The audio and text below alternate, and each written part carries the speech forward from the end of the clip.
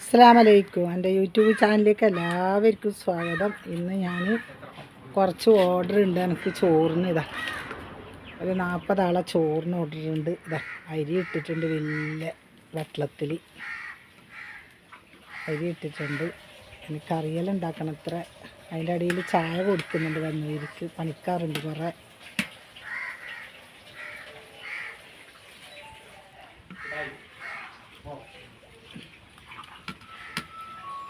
ഓരോ തിരക്കിലുണ്ട്. ഇപ്പോൾ ചോറ് അടുപ്പത്തായി. പിന്നെ കറണ്ട് പണിയെല്ലാം തുടങ്ങണം. അത്ര പിന്നെന്ത് വിശേഷം? എല്ലാവർക്കും സുഖമായിട്ടിരിക്കുന്ന.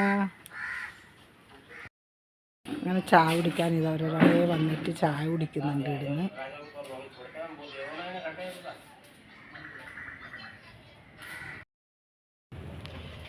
ഇപ്പം നല്ല പരിപ്പും നല്ല മുരിങ്ങൻ്റെ ഇലയും ചീരയും കറി വെക്കാനാണ്.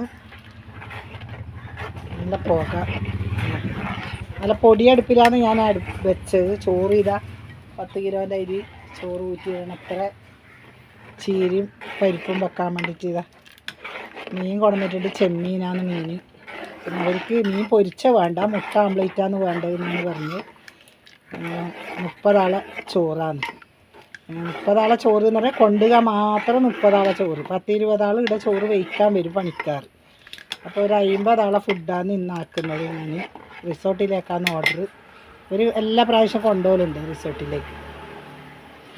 ഇത് നല്ല നാടൻ മുരിങ്ങൻ്റെ ഇല ചീര, ഇത് രണ്ടും ഒന്നിച്ച് മുറിച്ചതാണ് ഞാൻ. ഇതിലേക്ക് ചെയ്യാം. നല്ല നാടൻ ഫുഡ്. പിന്നെ ഇത് ചീര പരിപ്പും കൂടി ഒന്ന് നല്ല ഇതിൽ വെന്ത് ഇട്ടിട്ട് എന്നിട്ട് വേണം നമുക്ക് ജീരകവും തേങ്ങയും അരച്ചത് കൂട്ടാം. മുളക് പൊടി 1 സ്പൂണ് മാത്രമേ ഇട്ടുകൂടൂ, നല്ലോണം ഇട്ടുകൂടാ ചീരയും പരിപ്പും വെക്കുന്നുണ്ടെങ്കിൽ. അതിൻ്റെ അടിയിൽ മുരിങ്ങൻ്റെ ഇലയും ഇട്ട്. ഞാനിപ്പോൾ ഇവിടെ ഹോട്ടലിലേക്ക് വന്നതിൻ്റെ ശേഷം ഒരു മുരിങ്ങൻ്റെ ചെറിയൊരു കഷ്ണം നട്ടിന് നല്ല ഇതിൽ തീർത്ത് വന്നിട്ടുണ്ട്. ഞാൻ കാണിച്ചു തരാം. അത്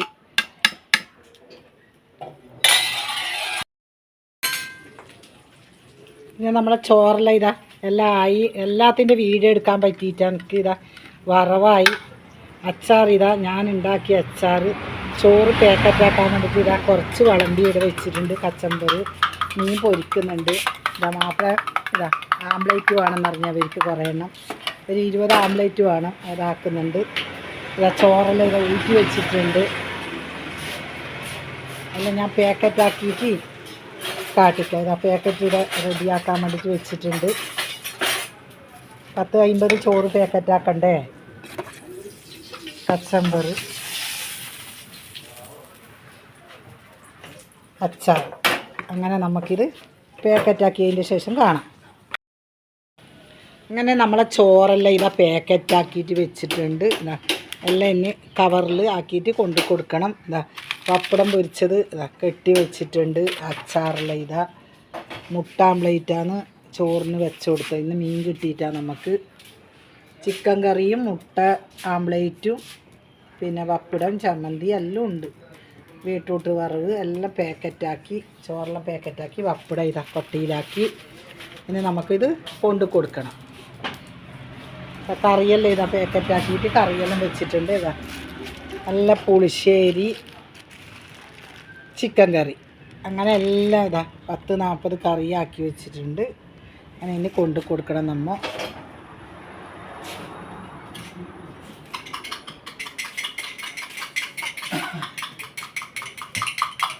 മുട്ട ആംപ്ലേറ്റ് ആക്കുന്നുണ്ട്.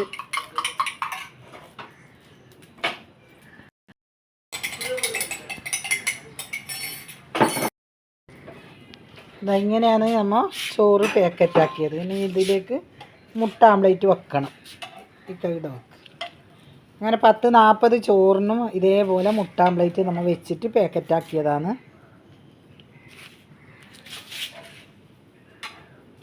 ഇതുമാതിരി വെച്ചിട്ട് നമ്മൾ പാക്കറ്റാക്കണം. പിന്നെ എൻ്റെ വീഡിയോ എല്ലാം കാണണം. സബ്സ്ക്രൈബ് ചെയ്യാത്തവർ ചെയ്യണം, ലൈക്ക് ഇടണം, കമൻ്റ് ഇടണം. പുതിയൊരു വീഡിയോ ആയിട്ട് ഞാൻ നാളെ വരാം.